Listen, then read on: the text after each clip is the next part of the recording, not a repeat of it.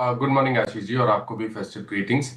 तो देखिए, कॉन्फिडेंस की अगर हम बात करें, दोनों इंडाइसेस को कंपेयर करें तो बैंक निफ्टी पे ज्यादा कॉन्फिडेंस आ रहा है। निफ्टी पे नहीं कॉन्फिडेंस आने का रीजन एक ये है, मैं ये नहीं कह रहा हूँ कि यहाँ से गिरावट और बढ़ेगी, लेकिन मेरा समझना ये है कि जब तक 20 डे मूविंग एवरेज जो कि 24,925 है, उसके ऊपर निफ्टी ना निकले, तब तक कॉन्फिडेंस के साथ खरीदारी करना थोड़ा सा मुश्किल है।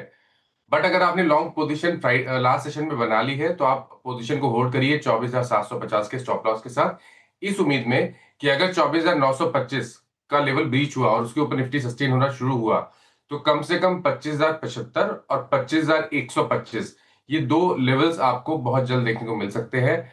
तो वेट करेंगे, लेकिन अगर आपने लॉन्ग पोजीशन बना रखी है तो निफ्टी पे होल्ड करेंगे और 24,750 का स्टॉप लॉस लगा लेंगे। 925 के ऊपर खरीदारी करेंगे, फ्रेश खरीदारी करेंगे। उस केस में आपको स्टॉप लॉस लगाना है 24,850 का, 25,075 और 25,125, ये टारगेट होंगे। लेकिन देखिए, कॉन्फिडेंस आ रहा है बैंक निफ्टी में। देखिए, बैंक निफ्टी में बिल्कुल डिफरेंट स्टोरी है। बैंक निफ्टी ने अपनी 20 और 10 डे मूविंग एवरेज को लास्ट सेशन में रिगेन कर लिया, 50 डे मूविंग एवरेज के ऊपर क्लोज हुआ। एक चीज ध्यान रखिए कि ये इंडेक्स एक इनवर्स रन शोल्डर पैटर्न बना रहा है। तो कम से कम आपको जो टारगेट सेट करने हैं, जो पिछला स्विंग हाई है, वो आपके टारगेट रहेंगे। तो 55,850 के टारगेट के लिए बैंक निफ्टी में अभी भी खरीदारी करने की राय रहेगी। 55,075 का आपको एक स्टिक स्टॉप लॉस लेके चलना है, 55,075 का।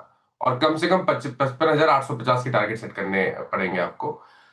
अगर ये इनवर्स रेंज पैटर्न का ब्रेकआउट हुआ और 850 के ऊपर बैंक निफ्टी निकला, तो आप मंदी भूल जाइएगा, क्योंकि उसके बाद कम से कम 2,500 पॉइंट की रैली देखने को मिल सकती है बैंक निफ्टी में। उस केस में जो पिछला हाई है बैंक निफ्टी का, वो भी ब्रेक हो जाएगा।